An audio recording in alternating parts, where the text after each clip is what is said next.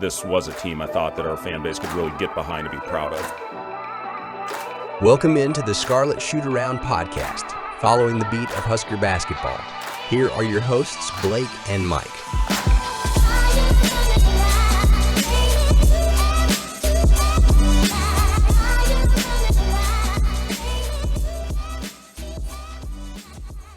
Huskers give Penn State the Bramlage Coliseum experience, dominating them with defense in a 68-49 Husker win. Hello, everybody, and welcome into the Scarlet Shootaround podcast. Again, my name is Blake, here with co-host Mike. And Mike, the Huskers tournament march continues on with another big win, protecting the vault.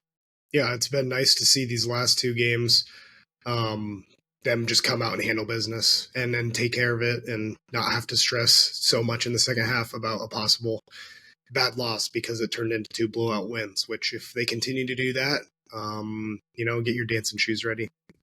And we started 2 games ago saying in this final stretch the Huskers needed to go 5-2. Well, the first two are now down. Most of us, I think, in general, think a 3-2 record finishing should do the trick. Now, if that win is at a lowly Michigan squad, might be a little bit more to do on the resume from that standpoint. But looking in the most recent form, we get a big Penn State win, highlighted, Mike, as we always talk about, by the two key factors, turnovers and rebounding. Huskers won the turnover battle by 14-13, and won the rebounding battle by 11, 42-31, and by 3, surprisingly, on the offensive glass. Fred talked about the rebounding effort in the postgame press conference.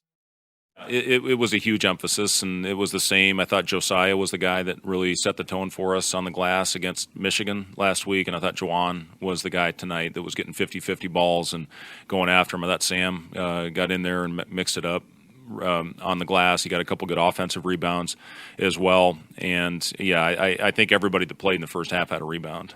And we don't have that happen very often. So really pleased to see us when they battle the boards by double digits, we're generally in pretty good shape.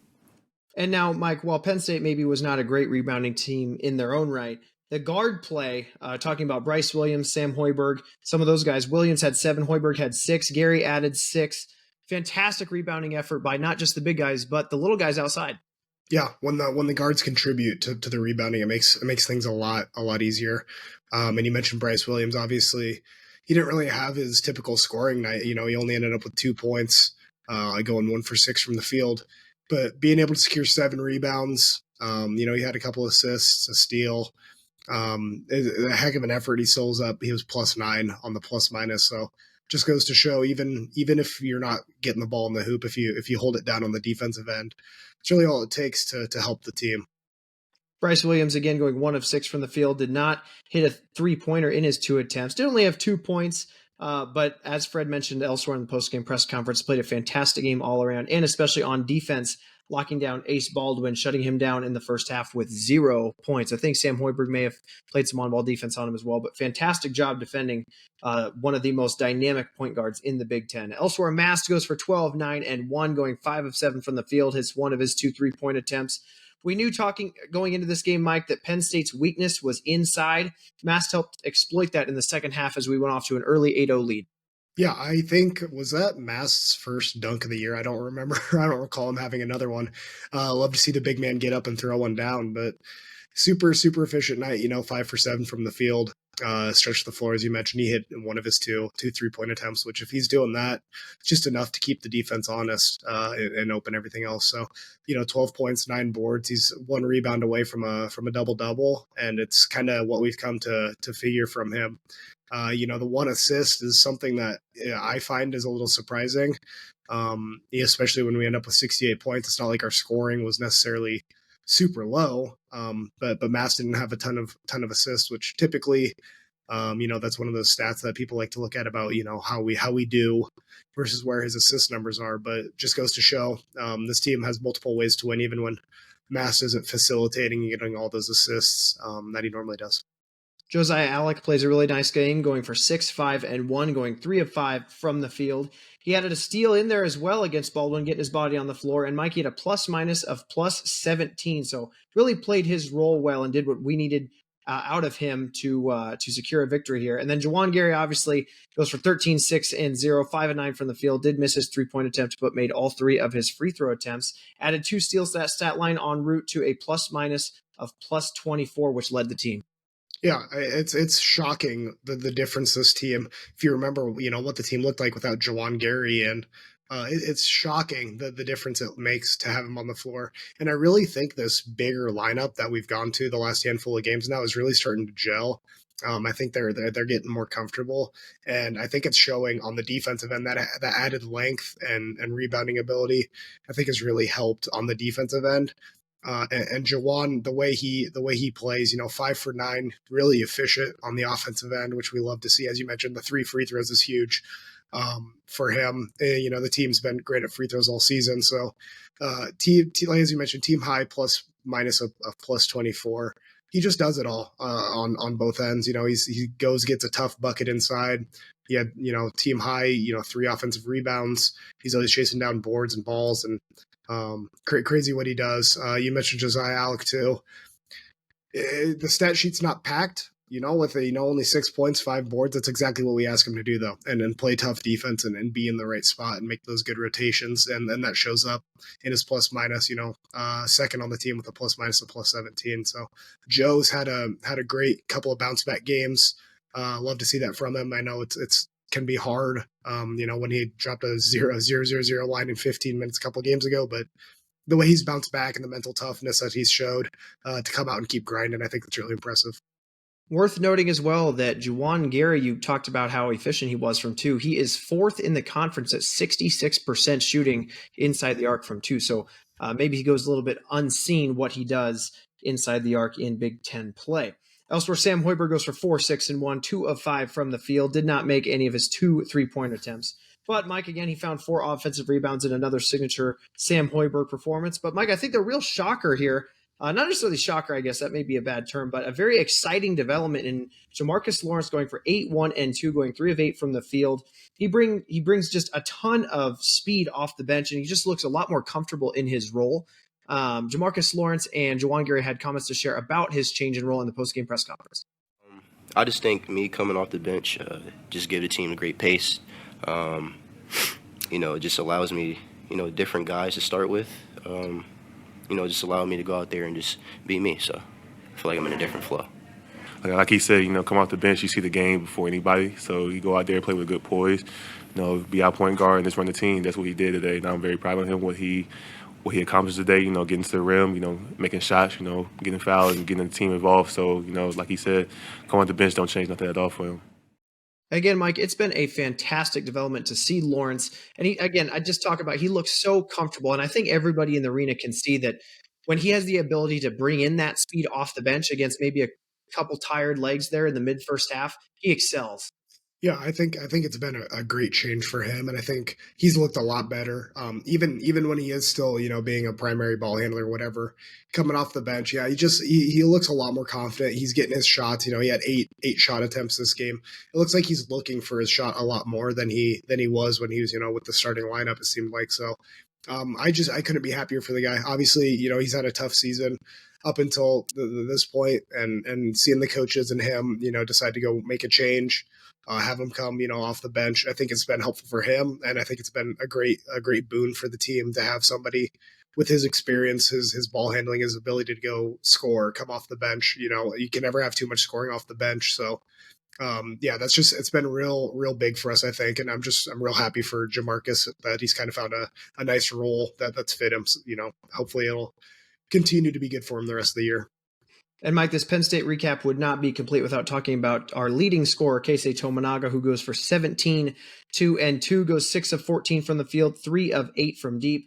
You always feel that there are some bad shots in Keisei's game. Obviously, a couple double-team chucks might get snuck into the game here and there. But I tell you what, you blink and it still shocks you 2 years later that he could, you look up at the scoreboard and all of a sudden he's got 20.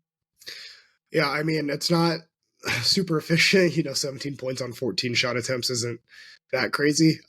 But you got to give credit where credit's due. 3 from 8 from beyond the arc is pretty darn good. That's 37-38%. So that's his job. He's pretty efficient inside the arc too. Generally, and he's been pretty good about that this year. I think, especially in the second half of the season, I feel like he's not hunting for threes as much as maybe he was to start the year. He's working a little more inside, which I love to see. I know the big thing for me is he pulled out 2 rebounds. any rebound from Keisei Tominaga is a plus for us. I don't expect him to be grabbing a lot of boards. He's typically one of the smallest guys on the floor. But if he's grabbing defensive rebounds and ending possessions, that's big for me. And then it gives him a chance to even bring the ball up. And then we all know how dangerous he is when he's bringing the ball up and he can pull up and hit from anywhere past half court. So love to see that from him. Yeah, love to see him leading the team in scoring. Just wish he was a little more efficient, but thankfully we didn't need to worry about that this game with the way the defense played. And Mike, I talked about it leading into the introduction of this episode, but this is easily the best defensive performance I think we've seen from the Huskers since the Kansas State win out there in Manhattan. Mike, we held Penn State to 33% shooting from the field and 22% shooting from deep in what was their season low 49 points this year. And the most impressive thing about that to me is that the Huskers played very well without fouling on the defensive end. Josiah Allick had 3 fouls, but everyone else on the team had 2 or fewer. Yeah, only 15 fouls the entire game for the team. So really good defense. It's not like they weren't being physical. I mean, they were up on the Penn State players, not a lot of room to breathe, forced a lot of tough shots. As you mentioned, held them only shooting 33% from the field. So, some of that can be attributed to missed shots that are good for Penn State. But I feel like Penn State didn't have a lot of great looks the entire game. And as you said, to be able to do that without fouling, super important. And just great effort from the guys. They came out, looked to me a little sluggish, a little flat maybe in the first half, especially on the offensive end.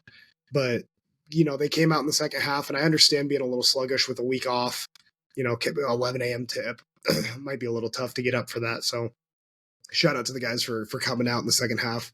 Offense really exploded there, and the defense continued to do what they did. Anytime you're holding a team under, I think I said under 45 or so, or under 50, a couple episodes ago, anytime you're holding the team under 50, under 60, whatever, it's an incredible performance. I don't care if they're missing shots, what it is. It's a lot of credit has to go to the guys and how they're playing on the defensive side. And a couple thing game notes wise, Mike, I felt like the first game all season that was officiated in a way that allowed Tominaga some freedom to move off the ball. I think we finally saw 3 fouls or somewhere in that range of fouls that were called on the defender that was chasing him around the court, around screens or what have you. So that was nice to see Keisei get freed up a little bit, and I think helped us obviously get into the bonus and things like that. And then elsewhere, obviously extremely disappointing for those that were in the arena. They had a massive sandstorm failure, so we are right back to, I think, square one, folks, as Nebraska went out again to that 8-0 run to start the second half. And then immediately, Mike Rhodes called a Penn State timeout, obviously triggering what exactly is a perfect situation for Sandstorm to be played. And instead, they went to the Simba cam. So very, very disappointing development on that side of things. Don't really know what to say beyond that, but obviously disappointing from everybody on the pod that is a Sandstorm supporter. But Mike, at the end of the day, I think the Huskers are obviously going to have to shoot better against a really good Hoosier interior defense, as they pose an entirely different challenge to what Penn State to what Penn State is going to compare to. And that being said, though, Nebraska goes 44% from the field, 19% from deep, 91% from the free throw line, has 10 assists to 13 turnovers. And Penn State on the other side goes 33% from the field, 22% from deep, 50% from the line, and has 6 assists to an impressive Huskers 14 turnovers forced against the Nittany Lions. So we've shared our thoughts. Let's hear what the fans had to say on Twitter. So Husker fans, let's hear from you. But Mike, before we get into that, I believe you have a sponsor to share. Sure do. This segment is brought to you by Tax and Business Consultants. Tax time is here, so trust the team that has taken stress out of taxes since 1961. Tax and Business, your one-stop shop for all things tax, bookkeeping, and payroll. Their offices are located in Blair, Columbus, and Lyons, so give them a call at 402-426-4144 or visit their website at www.tbc.tax. That is T as in Tominaga, B as in Bryce Williams, and C as in CJ.tax. Once again, that phone number is 402-426-4144, so give them a call and go Big Red. As always, I want to thank everybody over at Tax and Business Consultants for sponsoring this segment of the show. If you or somebody you know wants to sponsor another segment of the show, feel free to DM us on Twitter at Scarlet Shoot Pod or email us at scarletshootaround@gmail.com. Okay, Mike, let's get into it. Let's start off with Husker Mike 28, who says, energy and shots weren't there early. Good teams still win on days like that, and they did it. March Madness dream stays alive. And Evan Weekland says, it was great to show that we can win in a multitude of ways. Threes were not falling, so we attacked the hoop. Definitely didn't play our best and still won by 19. Love these guys. And Mike, I'm just so enthused that, as Evan talks about, we were able to rely on defense in a game where offensive shots were really, really ugly. I think the halftime score was 28-22 or something along those lines, something that we are not used to seeing from the offensively based Nebraska basketball team. But to show that we can win a game defensively by over 10 points, shoot over 15 points is a very promising sign. Yeah, you're spot on. It was 28-22 at half, and I was a little worried. What's going on, right? As a team, they only shot 19% from three. As Evan, I think, said, it's nice to see them attack inside. We still attempted 21 threes that game, even when they weren't falling. But we can afford to do that if we're going to play that type of defense. If you tell me before the season we're going to win a game when we shoot 19% from three, I would have a lot of questions about who it would be, especially in Big Ten play. But just the effort and the hustle that the guys gave on the defensive end just goes to show, if the shots aren't falling, you can still impact the game as long as you're locked in on defense and, finishing possessions, making it hard on the other team, because we have enough good shooters, good athletes that the shots are going to fall eventually for us. So, keep them at arm's length, 6-point lead at halftime. And then we exploded for 40 in the second half, which is much more typical for us. It really pulled away, and, a 19-point win can't be much happier than that. Husker Prod says, great team win. Slow start, but that second half was just amazing. Now win one on the road. And 402 Nation says, nice to see that we can win a grinder style of game when we don't just boat race someone at home. Winning is obviously huge, but winning by 19 is huge for the metrics. Now let's get that elusive road dub win. And Mike, I think that's the biggest thing when you talk about a resume standpoint. Penn State being a quad 3 win is not going to move the needle a whole lot when it comes to bracketology and those types of things. But what it does do, and what it did for the Huskers, is shoot them far up the metrics. I think we saw an 8-spot jump and 3 or 4-spot jump in Ken Pom and Bart Torvik, respectively. Yeah, and you've talked about it all season. You look at Iowa State, especially early in the season, they were high, super high in the net, and they hadn't played anybody, but they're just boat racing everybody. So those big time wins, double digit, almost 20-point wins, help a ton in the metrics. The one thing that'll help even more is if we get a Big Ten road win. I think a lot of metrics are still down on the Huskers for the lack of road wins. So if we can get that monkey off our back, I think that'll help even more. The metrics could see an even bigger rise. I'm not going to say a 20-point win on the road, but just a solid Big Ten road win would do a lot for us and where we stand in the metrics, I think, which would help, obviously, with our tournament chances.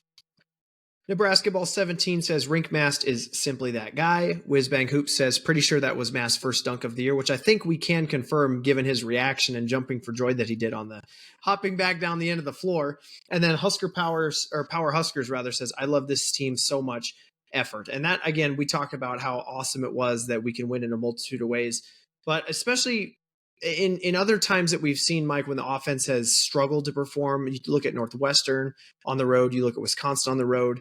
Really, you even look at Rutgers on the road in the end of that one. When the offense has stalled in times prior, the defense has also failed to pick up the slack. But in this game, and maybe PBA played a big factor in that, but in this game, it was far different. Yeah, it really was. And I think the Rutgers game is a perfect example. Matt, big lead, offense sputtered, and then we couldn't get a stop either. It's tough to see. That's a tough way to lose a matchup. But to show that they can do it, like I said, defense is always, 95% effort and hustle. And obviously you have to be smart with your positioning and rotations and stuff. But as long as you're flying around, giving effort and getting, body on a guy for a box out, that's really all you can look for on the defensive end. So it's understandable, especially, when your shot's not falling, to kind of get down. You feel bad, and then it affects your defense. But to see the guys not fall into that trap, I think that's big. And, hopefully that's the mentality they can carry forward, because, Fred's talked about it all season. I'm sure the guys on the team have heard it way more than we have. But if we want to be a consistent, good team, it starts on the defensive end, which is something I never thought I'd hear come out of Fred Hoiberg's mouth. But here we are in year 5, and he's kind of embraced maybe that Big Ten bully ball a little bit, be defense focused, and we'll make enough shots to win. And I think this game's proof of that. Connor Houston says, not pretty, but gritty. That's all we can ask for sometimes. And Husker Adams says the most impressive thing about the win is Nebraska didn't play particularly well, but still won by 19 against a team that was playing some of their best ball coming into this game. That's something a tournament team does. Now we need to bring that same energy on the road. And Mike, that's obviously been the key. It's very, very well documented, not just in local circles, but national circles. I think on the ESPN ticker the other day after the Penn State win, they showed our score. And then in a blurb after on that ticker, it said Nebraska 7-0 at home and 0-8 on the road or whatever it was. So it's obviously very well understood by everybody in basketball circles that Nebraska needs to win a road game. But can they take that same effort and energy that we saw against Penn State and bring it on the road to Bloomington? If they do, I've said this a lot now for multiple road games. But if they can find a way to bottle the energy that they have when they're playing at home and bring it on the road, we know they're good enough to beat anybody, right? They have the talent. We've seen it, at home, especially with Purdue and Wisconsin. And we may have broken Wisconsin a little bit. They don't look like the same team after CJ Wilcher kind of went off on them. But if they can find a way to just bottle and bring that same intensity on the road, they're good enough to beat anybody. And I just have a hard time imagining that they're not going to be able to do that one of these games. I hope it's this Indiana game, but that remains to be seen. And got to be skeptical until they get the monkey off their back. But I'm confident that this team's going to do it. One of these games. They got a couple opportunities left, and they're going to pull it off, I think. And I think if we see that same effort that we saw in Champaign, Illinois, I would venture to guess that we're going to get a big Husker win here in Bloomington here on Wednesday. Jackson Cortina says, kept the turnovers down and rebounded. Just a good old-fashioned wire-to-wire win. Take that same type of energy to Bloomington on Wednesday and get a road win for the sake of every Husker fan's heart. And Kyle Quinn says, good, tough-fought game. Love to see the team's improvement since the Maryland game. Penn State played very similarly, and NU handled them well. Now let's go grab a quality road win. Go Big Red. And I think it is very interesting, Mike, and I think that's why a lot of people, even some fans that I interacted with on Twitter the morning of that Penn State game, what worried a lot of people was the press and the pressure on ball security that Penn State brings to any Big Ten game that they play. We obviously struggle with that up in College Park against Maryland. I think we had north of 17, 18 turnovers. But obviously they showed that, and I think maybe the extra prep time helped, but the Huskers showed that they can handle pressure, finally.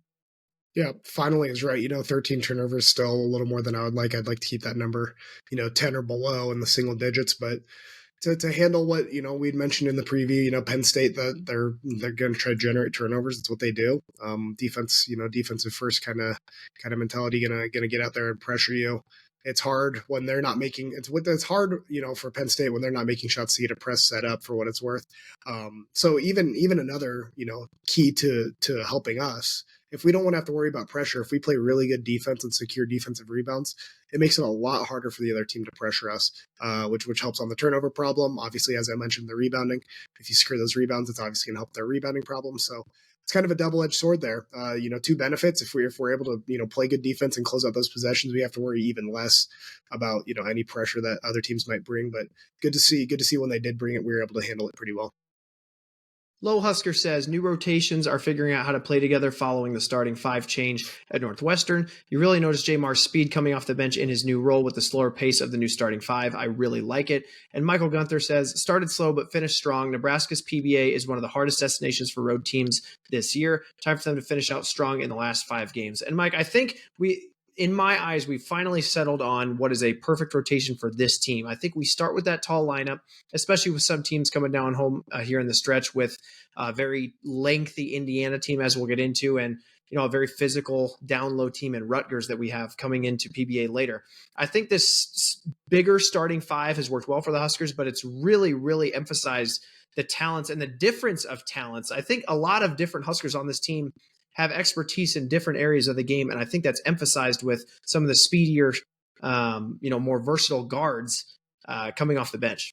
No, I think, the commenter that said Jamarcus's speed really shines when he comes off the bench. You're right, because we're not getting out and running a whole ton with this bigger lineup, which is totally fine. You don't expect the big guys to run that much, but yeah, when Jamarcus gets on the floor and he either secures a rebound or he gets a quick outlet pass from whoever does get the rebound, he's flying, he's looking to push it. And I think just the change of pace, I'm sure, is hard for other teams even to get used to see, the pace we're playing at with the starters in, and then, 5-10 minutes, later into the game, Jamarcus comes in, he's really pushing the pace. That's got to be harder on the other team to adjust to that. So I love to see that, as we mentioned, in our post game love what we've seen from Jamarcus coming off the bench. I think it's a spot that really suits him, and I think you're right. This rotation, I think it's what we need for this team, and I think it's going to work well for them in this last 5 games here. Peyton Schroeder says one word, rebounds, amazing game today. And Jay Dunsworth Music says, I love what I'm seeing on the glass. Our rebounding has been a huge factor in the past few games. And Mike, again, we always go back to those 2 keys, turnovers or rebounding.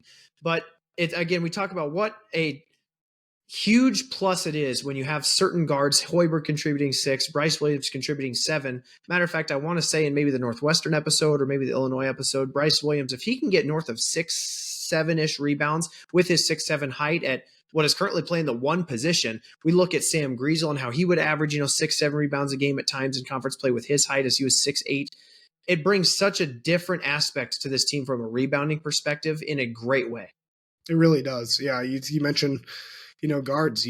Bryce Williams had 2 offensive boards. Sam Hoiberg had 2 offensive boards. You mentioned their total numbers. C.J. Wilcher pulled down 2. Keisei Tominaga pulled down 2. Jamarcus had 1. The biggest benefit, that's probably the difference of the game. We out rebounded by 11. We're getting pretty close right there, just from what the guards are pulling down. So as long as the bigs can handle their business and get the bodies boxed out, I think it frees up opportunities for guards to go up and grab boards as well. So obviously rebounding is a big team. There's individual, you got to box your own guy out, but it's also a big team because if somebody fails on their job, you get a free runner to a hoop for a putback or something. So yeah, the more we rebound and the better we do as a team, it's just you're gonna see those numbers for everybody look better. So love to see it. The guards are doing pretty well recently. Hopefully they can keep it going on the road. NU Husker Hoops says, I didn't get to watch most of it, but from what I've seen, it really seems like they figure out the lineup of Williams, Keisei, Gary, Alec Mast, and Lawrence Sam CJ off the bench is the way to go from here on out. And then the winner of our Penn State victory sweatshirt giveaway, Sam Hoiberg Fan Club, who shares another dominant performance from Sam Hoiberg on defense. We still have 2 or 3 more years of him to come as well. And Mike, again, we talk about him all the time. We always throw him the little bone. Follower of the show, Sam Hoiberg. What a fantastic effort again from our small town local hero here, pride of all Lincoln Pius High School, as he again brings in 6 rebounds, throws in 4 points, gets an assist in there, and you always see him diving on the floor at least once a game. Yeah, first guy on the floor. That's what he's on the team for. He's a big energy guy. He's prone to hit a big 3. We've seen it plenty of times this year already, so it's not like that he can't score, but that's how he gets his minutes. He comes in, he plays stellar defense, he hustles, he does the right thing on offense, he drives and kicks.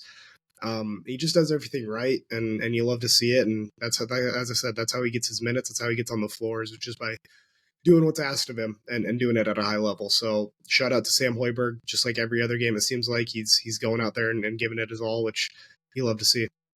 Want to thank everybody again for sharing your comments on the Penn State victory. If you would like to partake in this section of the show, which is ever growing, I think we had 36 plus responses to the tweet today. So sorry if we didn't get to yours. There's finally to a point where we can't fit them all in anymore, which is a great problem to have.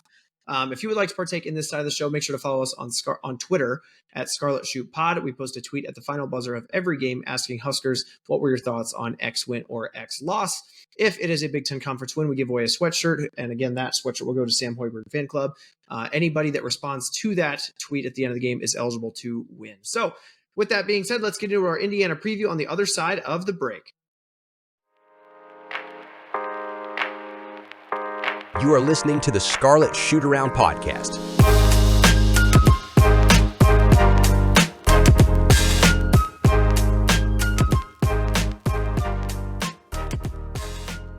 Okay, Mike, let's get into this Indiana Hoosier squad. We did face off against them earlier this year, I believe in January.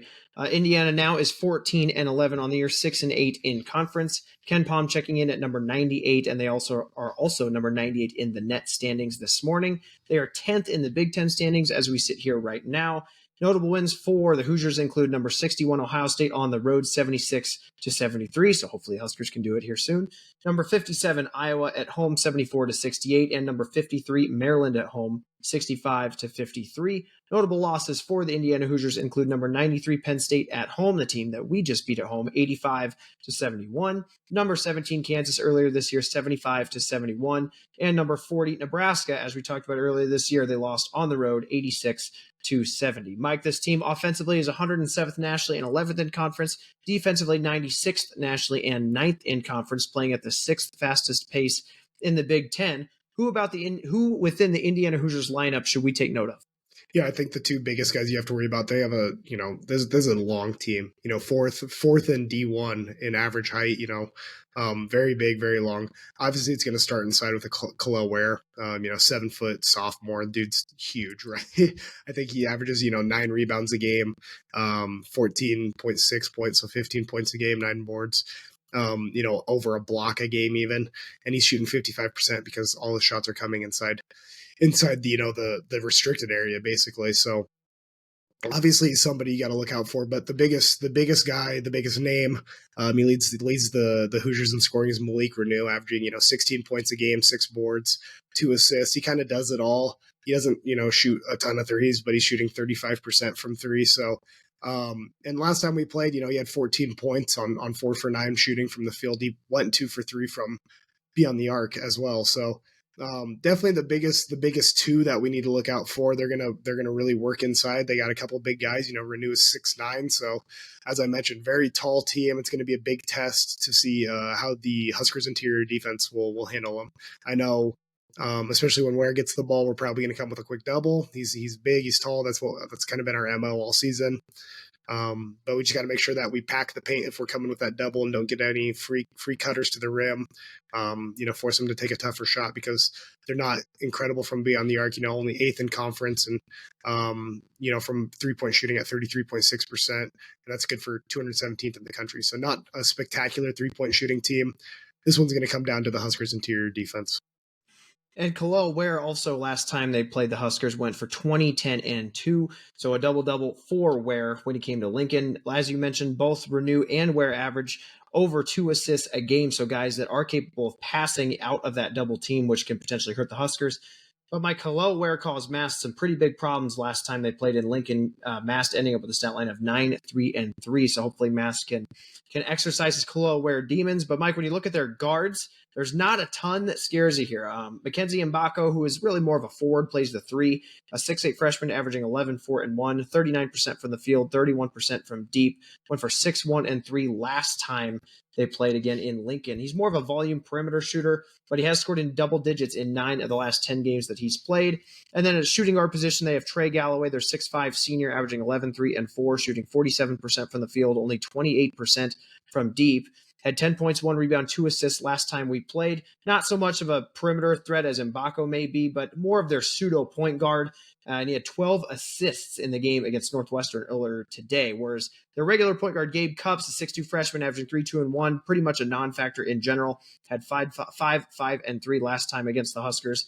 And we talked about last time in our Indiana home preview, Xavier Johnson, their 6'3" senior point guard, averaging 8, 2, and 2, 41% from the field, 35% from beyond the arc. He actually had a goose egg scoring, did add 3 rebounds and 3 assists, but he's probably their best scorer off the bench, Mike, but averages 2 turnovers a game. So the guard play, not really something that I think we should worry too much about. No, and I think it's going to be interesting, right? You mentioned Xavier Johnson. We obviously had talked about, previously in the episode, talked about Jamarcus Lawrence. These two guys were starting last time, and now they're both going to be coming off the bench to see each other. So that'll be an interesting little matchup to see which guard is going to dominate off the bench when those second teams are running. So that's something to keep an eye on as well, I think. But no, you're right. I don't think the guards are anything to write home about. Nothing too scary necessarily. It's really their bigs. And as you mentioned, Ware had a massive game, 20-point double-double. I think you can't allow that this game. And, the biggest thing and the biggest reason that the Huskers ended up with a 16-point win, I think, is we generated 19 turnovers and had 15 steals last time these teams played in Lincoln. So look for the Huskers to try to repeat that. Active hands, really swarm the ball, especially when they get it down low. Come quick, come fast with active hands on that double and try to get the ball out of the big's hands and rip it away. And, hopefully that'll lead to some easy fast break points. The Huskers outscored them 10-1 in fast break points last game. And if the Huskers can do that, I think it's going to help obviously on the defensive end. If you're generating those steals, you don't have to worry so much about rebounding, where their bigs can have a big impact on the game. No pun intended. And Mike, we talk about the guard play that maybe not quite so scary. You talked about they're 8th in the conference in 3-point percentage. They're also 7th in the conference in 2-point percentage. So they don't necessarily excel in either inside or outside the arc. But the very interesting thing to me, Mike, is they are an awful free throw shooting team. They are 332nd nationally and last in the conference in free throw percentage at 66%. So hopefully an opportunity there for the Huskers to make Indiana earn baskets down low from the free throw line, as they've proven many times before that they are not able to. But that being said, Mike, they look inside for pretty much all of their scoring. They are 348th nationally and second to last in conference in 3-point attempts per field goal attempt at only 28%. So only about 1 in 4 possessions Indiana is shooting from beyond the arc. They are 13th in the conference in 3-point distribution, but first in the conference in 2-point distribution. So it's definitely no secret, Mike. They're looking to renew and Khalil Ware to generate the majority of their offense. Yeah, that's if you're gonna do any scouting, that's what you're gonna see every game. They're gonna go to their bigs, and as I mentioned, it's gonna be really up to the Huskers and their interior defense, how they're gonna handle it, how they're gonna look to stop it. So just hope they can come quick. I know I mentioned the steals and the turnovers last game. It's not very standard for Indiana. They're actually 3rd in the conference in non-steal turnovers. So they don't throw the ball away, but if you're getting a chance, they're 12th turnover. So good chance to get takeaways and steals, because they're not going to give it away and turn it over, throwing the ball out. So prone to giving it up if you're coming with active hands. And as I mentioned, hopefully the Huskers can do that, because the bigs could be a problem for us. And Mike, talking to those two keys, you mentioned turnovers. They are, as you mentioned, 12th in the conference in offensive turnover percentage. So they don't take super great care of the ball in regards to keeping the defense away from them. Now, Mike, they also don't rebound very well, despite having a ton of height and strength inside. They're 248th nationally and 10th in the conference in offensive rebounding percentage.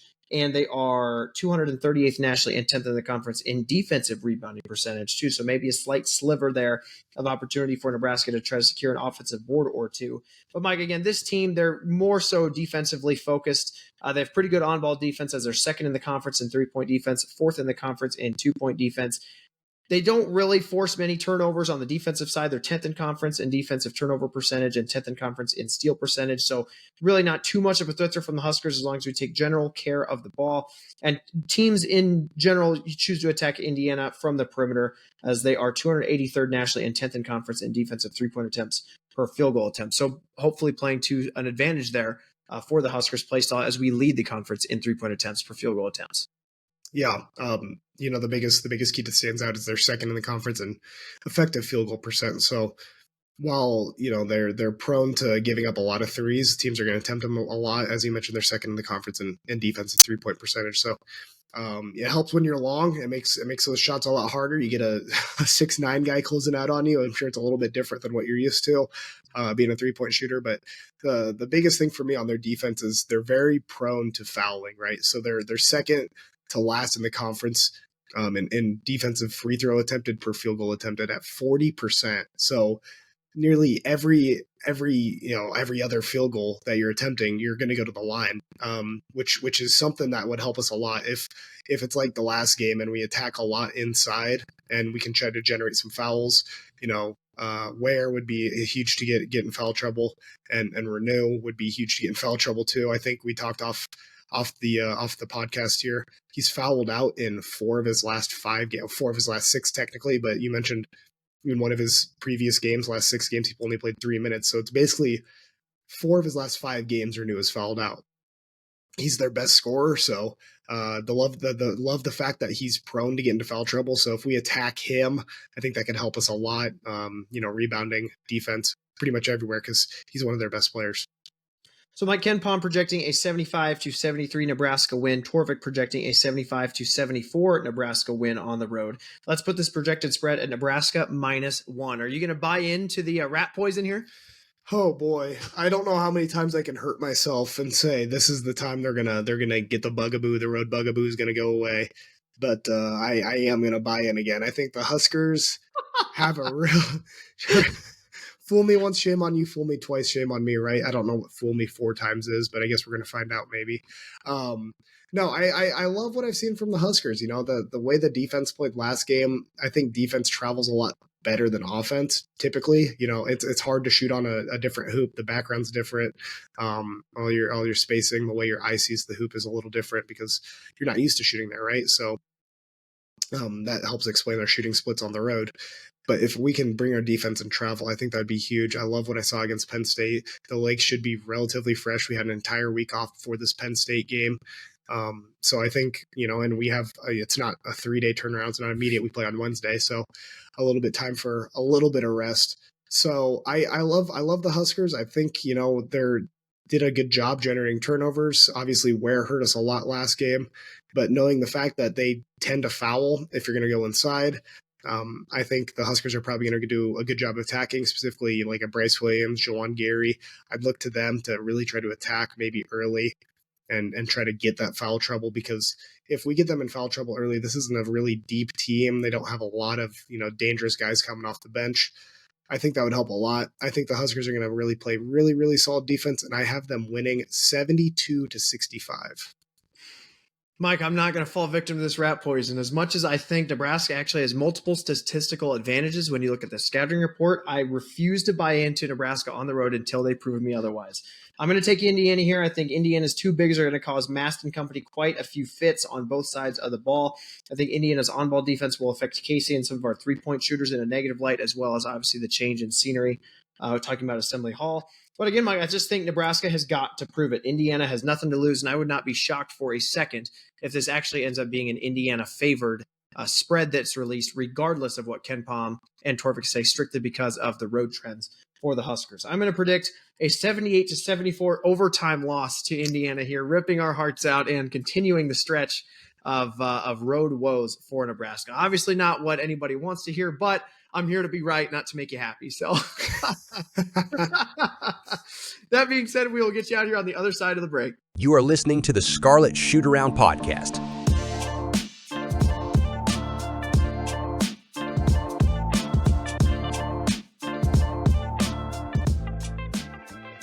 All right, Mike. Well, I think it is actually very doable to get this game in Bloomington, although I obviously predicted against them. Northwestern just walked into there without Ty Berry and notched out a 4-point win, as well as Penn State, the team that we just dominated by 19, went into Assembly Hall no more than a week and a half ago and won by double digits. So this is a place that is vulnerable to a road team victory, and I'm hoping the Huskers can get that done on Wednesday.